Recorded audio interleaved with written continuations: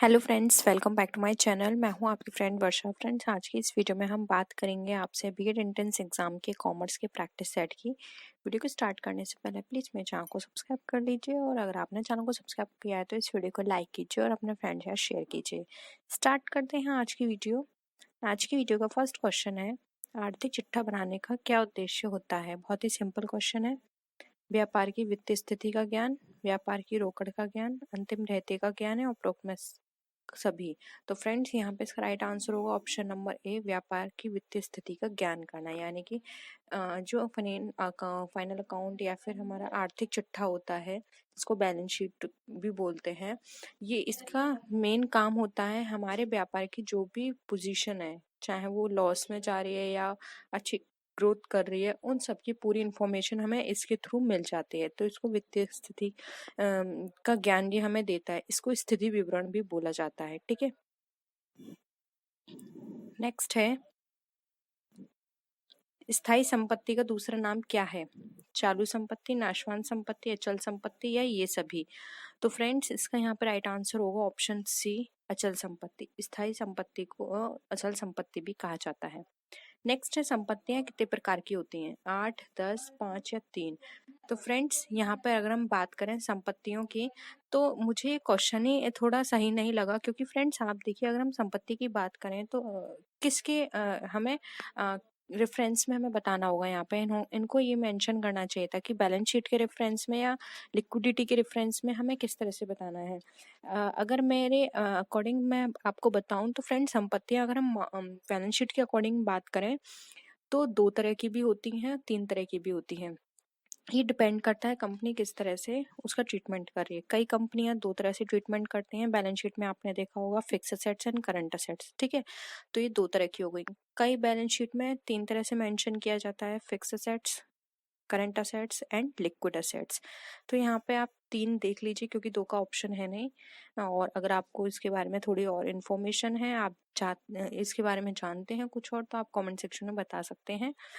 3 हो गई, fix assets, floating assets जिसको हम करंट असेट भी बोलते हैं, या फिर लिक्विड असेट्स। तीसरी हो गई लिक्विड असेट। ठीक है, 3 हो गए यहाँ पे इसका राइट आंसर। नेक्स्ट है, अप्रत्यक्ष व्यय को लाभानी खाते में कहाँ दर्शाया जाता है। डेबिट, क्रेडिट, कहीं नहीं दर्शाया जाता, आर्थिक चिट्ठी में दर्शाया जाता है। तो फ्रेंड्स, यहाँ पे अप्रत्यक्ष व्यय की बात की जा रही है। तो फ्रेंड्स, यहाँ पे व्यय के बारे में अगर हम बात कर रहे हैं तो देखिए, ये हमें डेबिट में दिखाया जाएगा। ऑप्शन ए राइट है।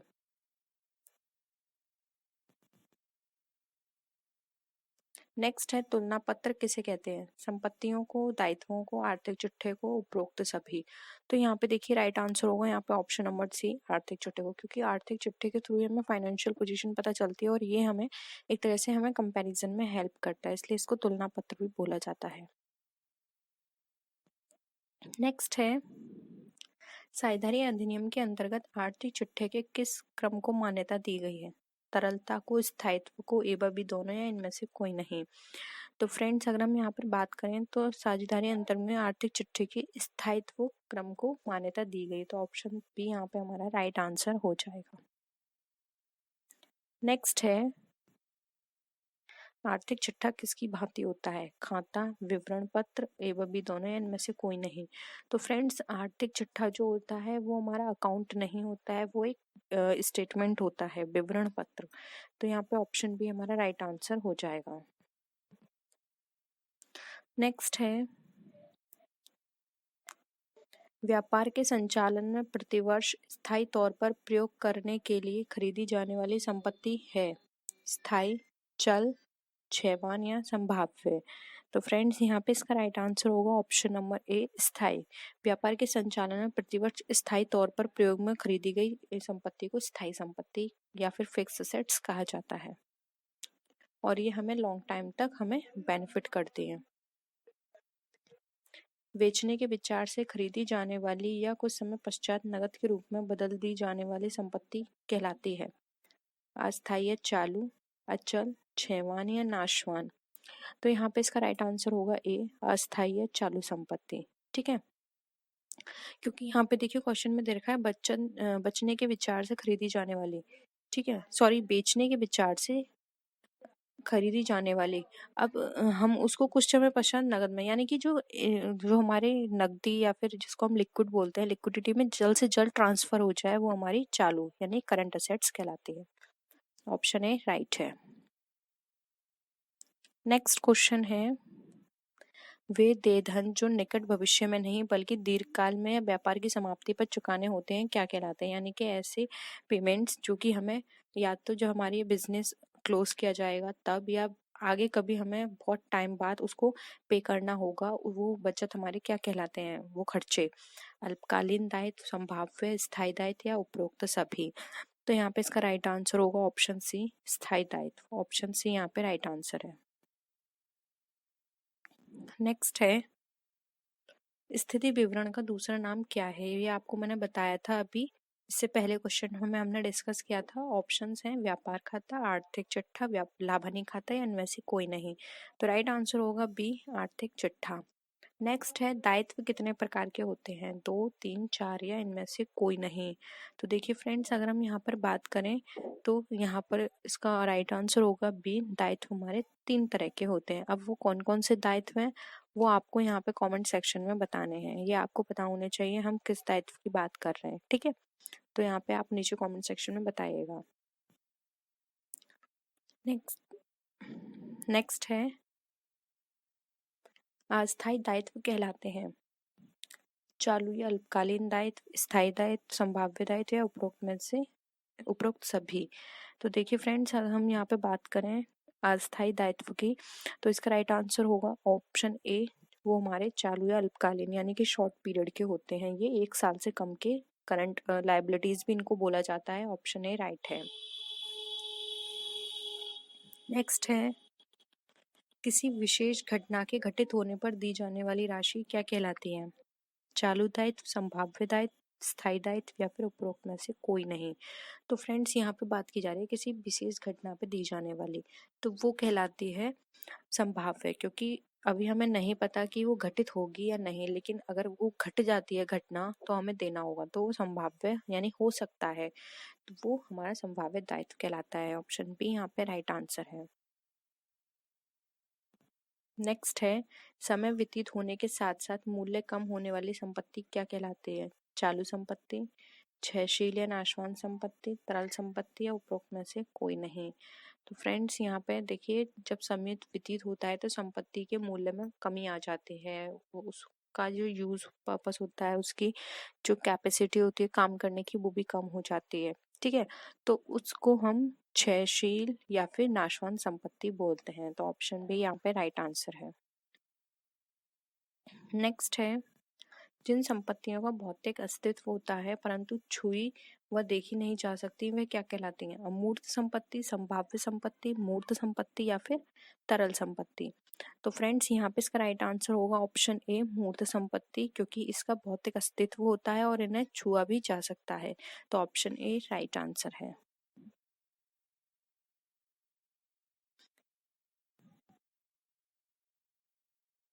अल्पकाल में या शीघ्र ही भविष्य में चुकाने वाले दायित्व क्या कहलाते हैं? अल्पकालीन दायित्व, चालू दायित्व, अस्थायी दायित्व या फिर ये सभी।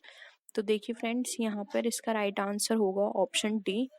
इनको अल्पकालीन दायित्व भी बोलते हैं, चालू यानी करंट लायबिलिटीज, अस्थायी दायित्व भी बोलते हैं। तो ये सारे ही नाम इसके हैं। ऑप्शन डी राइट आंसर है। नेक्स्ट है, आर्थिक चिट्ठे के क्रम है तरलता के क्रम में, स्थायित्व के क्रम में, ए व बी दोनों या उपरोक्त में से कोई नहीं। तो राइट आंसर है सी, ए व बी दोनों। आर्थिक चिट्ठे तरलता के क्रम में भी लिखे जाते हैं और स्थायित्व के क्रम में भी लिखे जाते हैं, ठीक है? नेक्स्ट है, जिस संपत्ति का कोई भौतिक अस्तित्व नहीं होता व जिसे देखा या छुआ नहीं जा सकता, वो क्या कहलाते हैं? अमूर्त, मूर्त, तरल या चालू। तो देखिए, इसका राइट आंसर यहाँ पे इसमें लिखा है भौतिक अस्तित्व नहीं होता, ठीक है, और ना ही जिसे छुआ जा सकता है। और इससे पहले हमने क्या पढ़ा था? यानी कि इससे पहले हमने पढ़ा था कि उसका भौतिक अस्तित्व होता है और उसको छुआ जा सकता है। तो फ्रेंड्स देखिए, यहाँ पर इसका राइट आंसर हो जाएगा ऑप्शन नंबर ए। और फ्रेंड्स, अभी हमने ऊपर आपसे डिस्कस किया था, ऑप्शन नंबर यहाँ पर होगा सी, मूर्त संपत्ति होगा। अमूर्त, आई थिंक मैंने अमूर्त लगवाया था इसका निशान, मुझे अभी ठीक से याद नहीं है, लेकिन अगर इसका मैंने अमूर्त लगवाया था तो इसका आंसर मूर्त होगा। ठीक है, उसको मूर्त संपत्ति कहा जाता है। ठीक है, तो आप इसको करेक्ट कर लीजिएगा। और यहाँ पर जिस का कोई अस्तित्व नहीं होता उसको अमूर्त संपत्ति बोलते हैं। ठीक है, तो यहाँ पे इसका राइट आंसर हो जाएगा ऑप्शन नंबर ए। अब देखिए यहाँ पर एक क्वेश्चन हमें दे रखा है, यदि प्रारंभिक पूंजी 1,20,000 आहरण 10,000 वर्ष में लगाई गई अतिरिक्त पूंजी 20,000 व अंतिम पूंजी 1,80,000 हो तो लाभ या हानि की गणना कीजिए। ठीक है, तो देखिए फ्रेंड्स, यहाँ पर आप अगर स्टेटमेंट बनाएं तो ओपनिंग बैलेंस आपको लिखना होगा यहाँ पर कितना, 1,20,000। उसमें से ओपनिंग बैलेंस में से आपको ड्राइंग्स माइनस करनी होगी कितनी, 10,000 की। सुपर कैपिटल आपको प्लस करनी होगी 20,000 की। टोटल आपका बाहर कितना निकल कर आएगा, 1,30,000। ठीक है, अब यहाँ पर आपका कितना है, बाय क्लोजिंग स्टॉक लिखेंगे। क्लोजिंग आपकी पूंजी कितनी है, 1,80,000। ठीक है, क्लोजिंग कैपिटल। अब 1,80,000 में से 1,00,000 जब 30,000 माइनस करेंगे तो आपका रिमेनिंग कितना निकल कर आएगा, 50,000। ठीक है, तो यहाँ पे प्रॉफिट आपका कितना निकल कर आएगा, 50,000। देखिए यहाँ पे ऑप्शन सी राइट आंसर हो जाएगा, ये आपका राइट आंसर है, 50,000। वे संपत्तियां जो व्यापार में नगद रूप में हैं या आसानी से नकदी में बदली जा सकते हैं क्या कहलाते हैं, क्षयशील संपत्ति, तरल संपत्ति, अस्थायी संपत्ति या फिर मूर्त संपत्ति। तो फ्रेंड्स, इस तरह की संपत्ति कहलाते हैं हमारी तरल संपत्ति यानी कि लिक्विड एसेट्स। तो ऑप्शन बी हमारा राइट आंसर है। नेक्स्ट आते हैं, अंतिम रहते का मूल्यांकन की विधि क्या है, लागत मूल्य, पहले आना पहले जाना विधि, औसत लागत मूल्य विधि या फिर उपरोक्त सभी। तो फ्रेंड्स, यहाँ पर इसका राइट आंसर देखें तो देखिए ऑप्शन डी हमारा राइट आंसर हो जाएगा। ये सारी ही विधियां अंतिम रहती के मूल्यांकन की विधियां हैं। नेक्स्ट है, अब वास्तविक संपत्ति का दूसरा नाम क्या है, चल संपत्ति, नाशवान संपत्ति, काल्पनिक संपत्ति या फिर उपरोक्त संपत्ति। तो फ्रेंड्स, यहाँ पर बात की गई है वास्तविक की, तो देखिए इसका राइट आंसर हो जाएगा ऑप्शन सी, इसको काल्पनिक संपत्ति बोलते हैं। तो ऑप्शन सी यहाँ पे हमारा राइट आंसर है। नेक्स्ट क्वेश्चन है,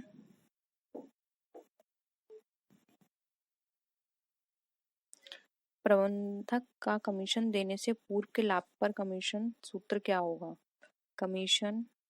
कमीशन घटाने से पूर्व लाभ इनटू कमीशन की दर अपॉन 100, या ये होगा ए बी दोनों, या इनमें से कोई नहीं। तो फ्रेंड्स, यहाँ पर अगर हम इसकी बात करें तो देखिए इसका जो राइट आंसर होगा वो होगा यहाँ पे ऑप्शन नंबर ए, ये वाला इसका सूत्र होगा। कमीशन घटाने से पूर्व का लाभ को मल्टीप्लाई करेंगे कमीशन की दर से और उसको फिर डिवाइड कर देंगे 100 से। ठीक है,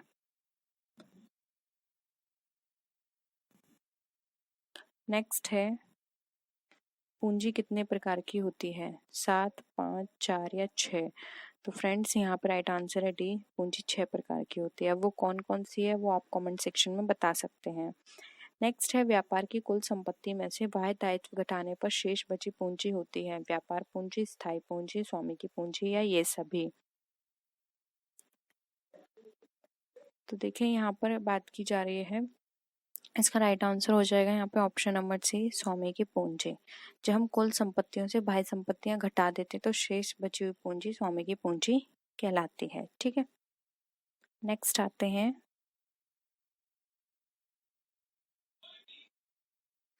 ऋण की राशि जो व्यापार में लगाई जाए कहलाती है, स्थायी पूंजी, ऋण पूंजी, कार्यशील पूंजी या इनमें से कोई नहीं।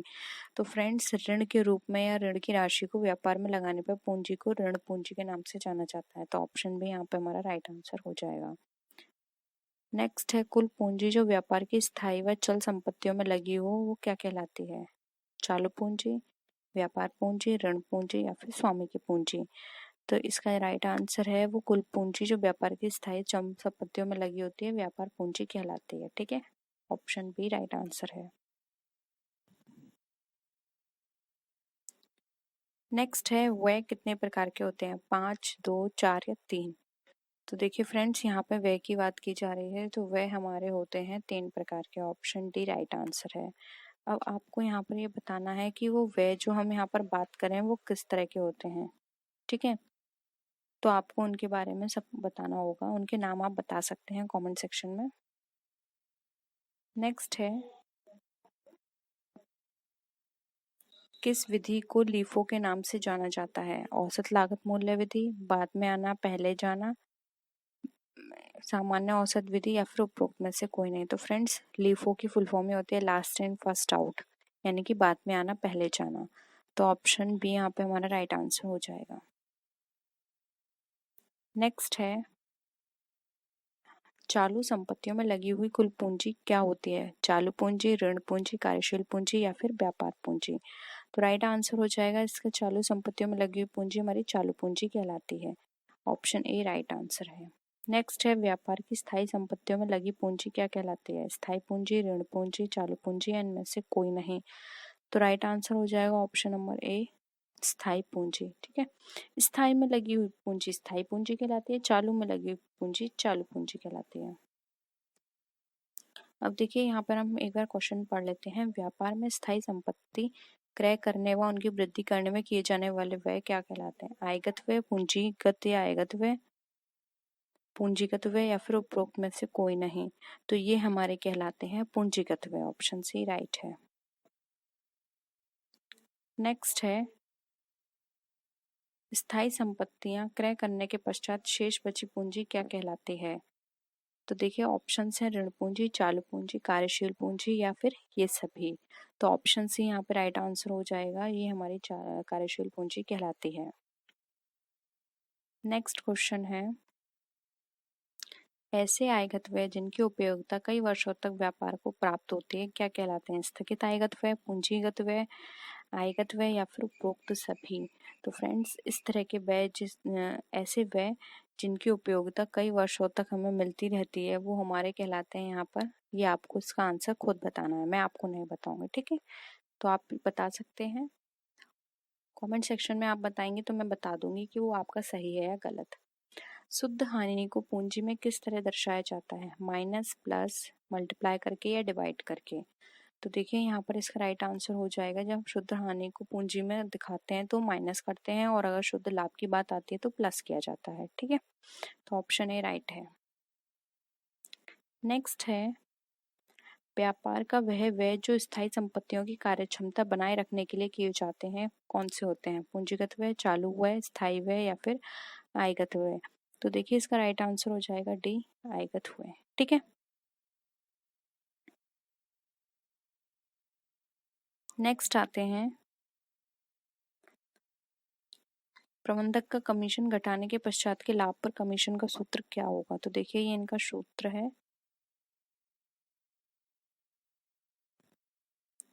इसका यहाँ पर राइट आंसर हो जाएगा ए, कमीशन घटाने से पूर्व का लाभ मल्टीप्लाई करेंगे कमीशन की दर से और डिवाइड कर देंगे 100 प्लस जो भी कमीशन की दर होगी। ठीक है, तो ये इसका राइट आंसर होगा।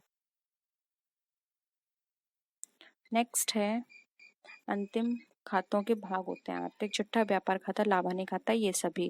तो राइट आंसर हो जाएगा डी, ये सभी। ठीक है, नेक्स्ट है, प्रारंभिक स्टॉक प्लस क्रय प्लस प्रत्यक्ष व्यय माइनस अंतिम रहतिया द्वारा ज्ञात किया जाता है क्या? विक्रय मूल्य, क्रय मूल्य, सकल लाभ, या फिर शुद्ध लाभ। तो फ्रेंड्स, इसके द्वारा हम ज्ञात करते हैं। आपने यहाँ क्या दे रखा है? क्रय, प्रत्यक्ष व्यय, ये सारी चीजें दे रखी हैं। तो आप खुद बताइए, जब हम प्रारंभिक लिखेंगे, क्रय, विक्रय, प्रत्यक्ष व्यय, अंतिम रहतिया, ये सब लिखेंगे, तो इसके द्वारा हम क्या ज्ञात करेंगे? विक्रय मूल्य को।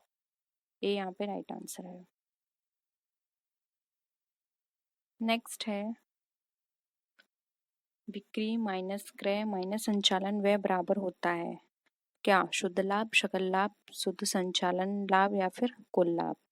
तो फ्रेंड्स का राइट आंसर हो जाएगा सी, शुद्ध संचालन लाभ। ठीक है, तो ये थे हमारे आज के क्वेश्चंस। आई होप आपको वीडियो पसंद आई होगी। और फ्रेंड्स, आप लोगों की रिक्वेस्ट आ रही थी कि ये क्वेश्चंस हैं मैं उनको इंग्लिश में भी कराऊं, तो फ्रेंड्स मैं कोशिश करूंगी आपको इंग्लिश में भी क्वेश्चंस प्रोवाइड करा दूं, क्योंकि मोस्टली स्टूडेंट्स जो है वो इंग्लिश की डिमांड कर रहे हैं। तो मैं इंग्लिश हिंदी दोनों में कोशिश करूंगी इनको अपलोड करने की आपके लिए। और इसके साथ ही साथ कोई और भी आपको डाउट हो तो आप नीचे कमेंट सेक्शन में लिख सकते हैं। आप मुझे मेरे सोशल मीडिया पे फॉलो कर सकते हैं, अपनी क्वेरी को वहाँ भी पूछ सकते हैं।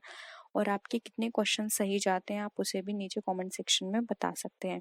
और फ्रेंड्स, अगर आपके पास कोई प्रीवियस ईयर का पेपर है तो आप, या फिर कोई प्रैक्टिस सेट है तो आप मुझे मेरी मेल आईडी पे सेंड कर सकते हैं, क्योंकि हो सकता है कि और स्टूडेंट्स के पास वो ना हो, तो हम लोग अगर साथ में यहाँ पे डिस्कस करेंगे तो और स्टूडेंट्स को भी उसका बेनिफिट मिलेगा। तो आप मुझे मेरे मेल आईडी पे सेंड कर सकते हैं, फिर हम उसको मिलकर सॉल्व करेंगे। और कोई भी आपको डाउट लगता है किसी पर्टिकुलर चैप्टर को लेकर, आपको डाउट है या फिर आप उसके ऊपर चाहते हैं, तो आप ज़रूर बताइएगा वो कौन सा टॉपिक है। और मोस्टली वैसे मैंने टॉपिक्स आपको कवर कर दिए हैं थ्योरेटिकल पोर्शन के हिसाब से। अगर आप चाहते हैं समझना तो आप कमेंट सेक्शन में बता दीजिएगा, मैं उनकी लिंक आपको प्रोवाइड करा दूंगी, क्योंकि मोस्टली चैप्टर्स को भी मैंने आपके साथ डिस्कस किया हुआ है। अगर आप थ्योरेटिकल वे में उसको समझना चाहते हैं तो आप बता सकते हैं, ठीक है। इसके साथ ही साथ कोई और भी प्रॉब्लम हो तो आप ज़रूर बताइएगा, हो सकेगा तो मैं उनकी लिंक आपको डायरेक्ट प्रोवाइड कर दूंगी, जिससे कि आपको आपका टाइम बचे। मैं आपको खुद डायरेक्ट उसका लिंक प्रोवाइड कर दूंगी। और इसके साथ ही साथ अगर आप चाहते हैं कि हम इंग्लिश के भी प्रैक्टिस सेट लेकर आएँ, तो मैं कोशिश करूँगी कि हम इंग्लिश के भी प्रैक्टिस सेट जल्द से जल्द लेकर आएँ। और किसी भी तरह का फिर भी आपको लगता है कि हाँ, ये क्वेश्चन में डाउट है, आप बता सकते हैं। और फ्रेंड्स, मोस्टली स्टूडेंट्स की एक और क्वेरी थी कि इसमें न्यूमेरिकल पोर्शन तो नहीं आता। तो फ्रेंड्स, आपने देखा होगा इससे पहले के क्वेश्चंस में हमने न्यूमेरिकल पोर्शन भी एक तो किए हुए हैं। तो फ्रेंड्स, बहुत बेसिक न्यूमेरिकल आते हैं, एमसीक्यू में ही आते हैं, तो वो आप इजीली कर लेंगे। आपको ओपनिंग स्टॉक कैलकुलेट करने को बोला जाएगा, नॉर्मल, क्यों ज़्यादा डिफ़िकल्ट नहीं आते हैं। मोस्टली ये प्रेफर करते हैं कि आपसे किसी चीज़ का फॉर्मूला पूछ लिया जाए, या फिर किसी भी तरह का इस तरह की आपकी बेसिक नॉलेज को जज किया जाता है, ठीक है। तो ज़्यादा आप न्यूमेरिकल पे फोकस मत कीजिएगा, बेसिक कॉन्सेप्ट पे रहिएगा, क्योंकि बेसिक कॉन्सेप्ट ही आपसे पूछे जाएंगे। तो आज के लिए इतना ही। नेक्स्ट वीडियो में फिर मिलते हैं आपसे और भी अच्छी वीडियोज़ के साथ। तब तक के लिए टेक केयर, बाय बाय।